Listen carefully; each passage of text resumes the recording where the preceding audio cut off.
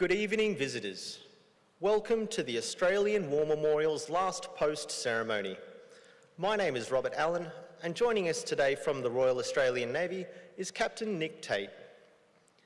We warmly welcome the family of Private William Wallace Robert Dunn, whose story will be told shortly.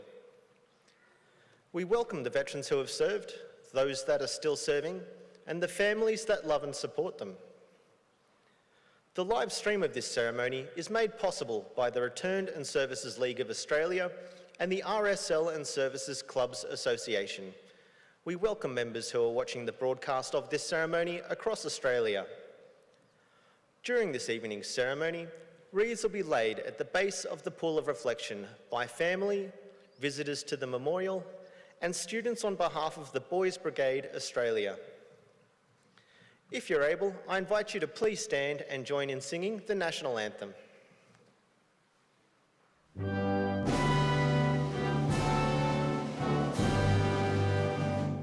Australians, oh let us rejoice, for we are one and free.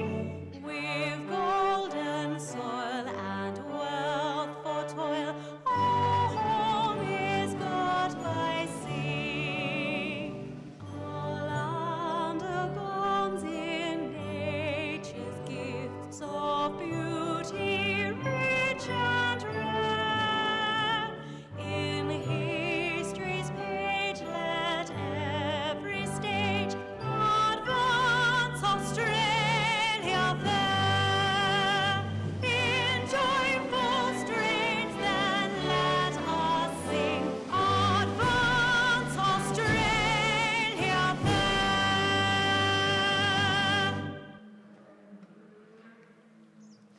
Those requiring a seat, please be seated. The Australian War Memorial was the vision of Charles Bean, Australia's First World War official historian.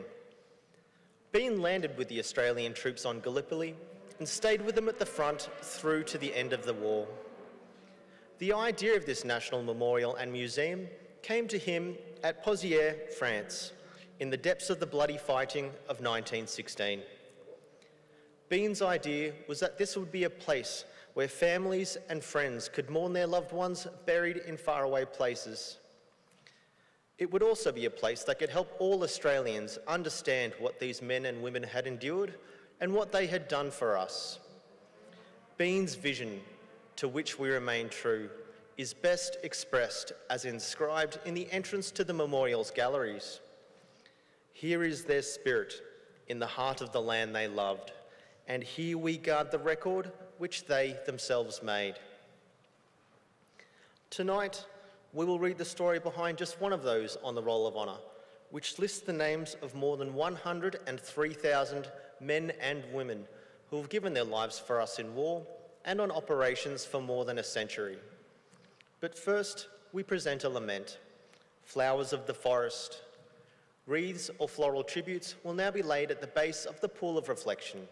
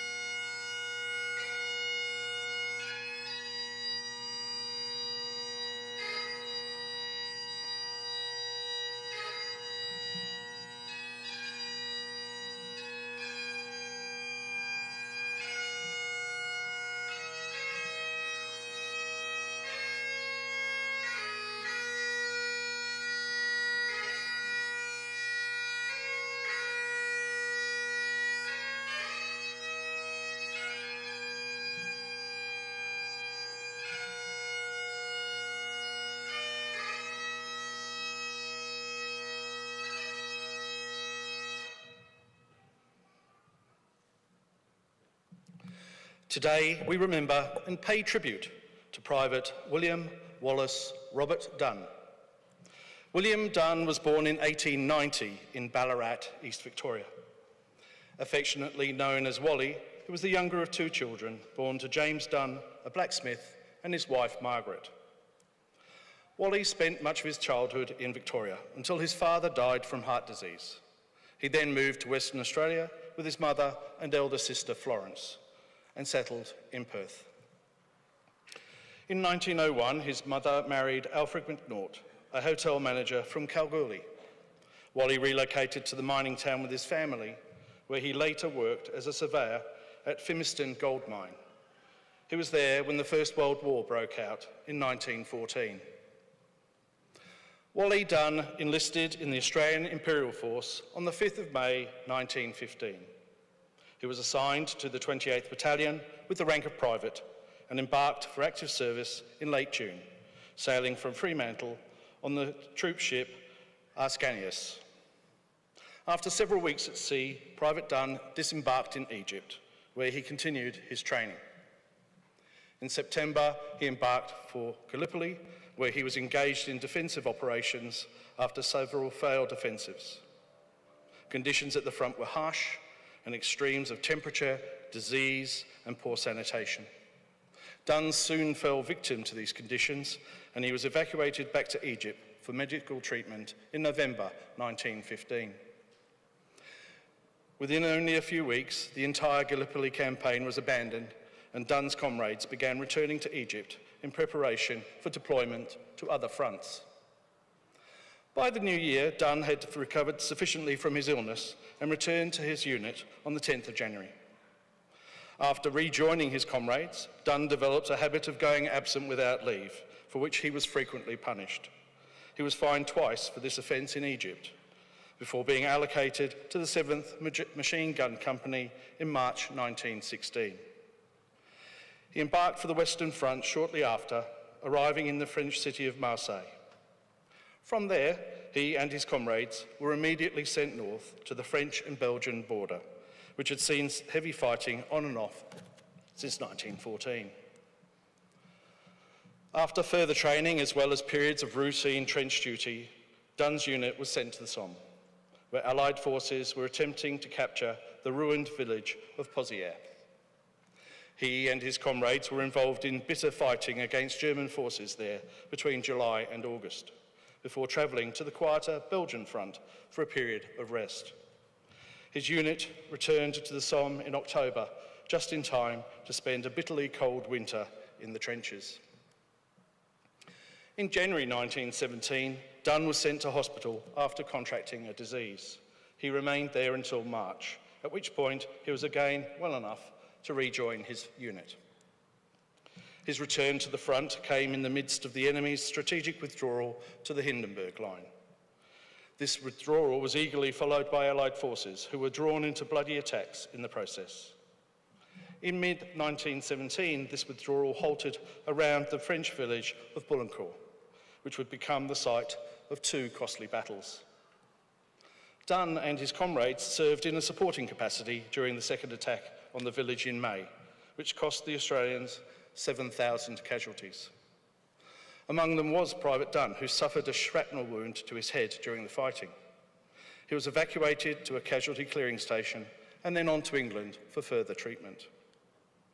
He remained in hospital until June of 1917, when he was given a short period of leave before further training. At some point during this period, he met and married a Scottish woman, Sarah Wilson. He returned to his training camp, and soon he was again fined for being absent without leave. Dunn spent a further short period in hospital in September 1917, but saw out the rest of the year in a training camp.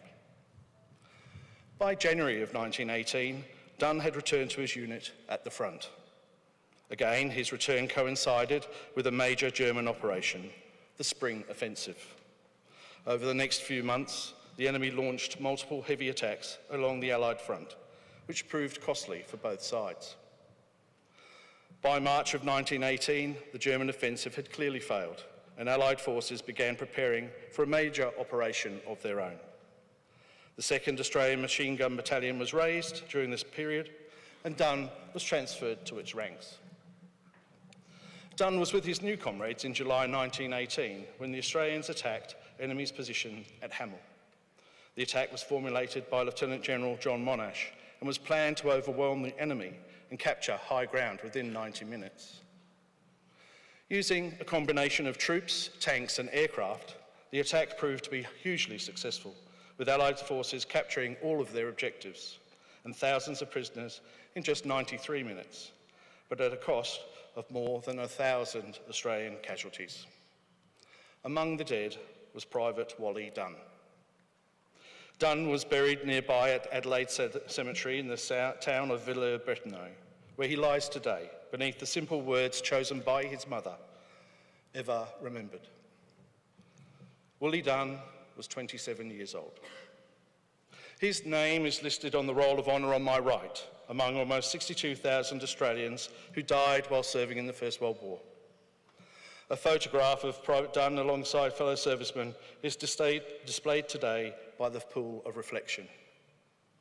This is but one of the many stories of service and sacrifice told here at the Australian War Memorial. We now remember Private William Wallace Robert Dunn, who gave his life for us, for our freedoms, and in the hope of a better world.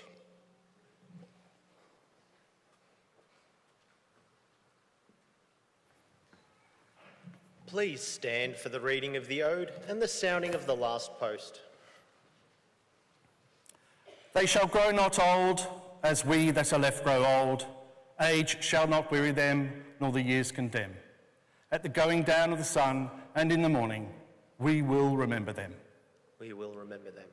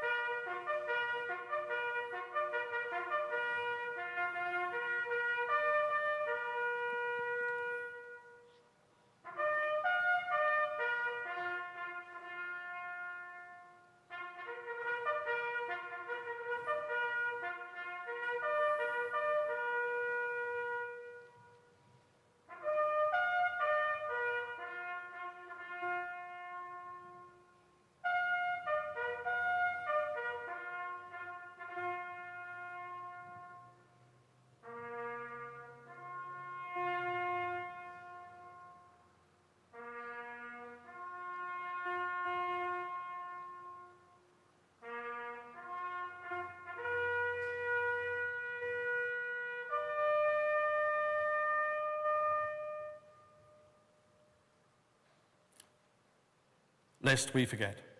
Lest we forget.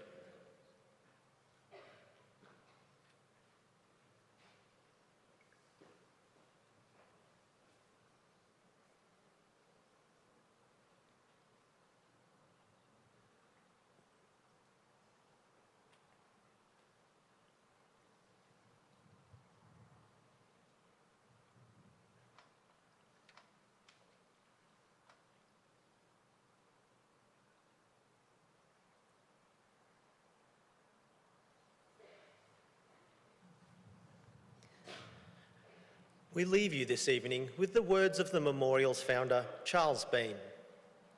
Many a man lying out there at Pozières or in the low scrub at Gallipoli, with his poor, tired senses barely working through the fever of his brain, has thought in his last moments, well, it's over.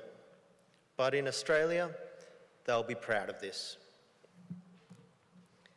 Ladies and gentlemen, girls and boys, that concludes the last post ceremony. On behalf of our director, staff and volunteers, thank you for visiting the Australian War Memorial today and for your continued support during the memorial's development project. We wish you all a very pleasant evening. Thank you.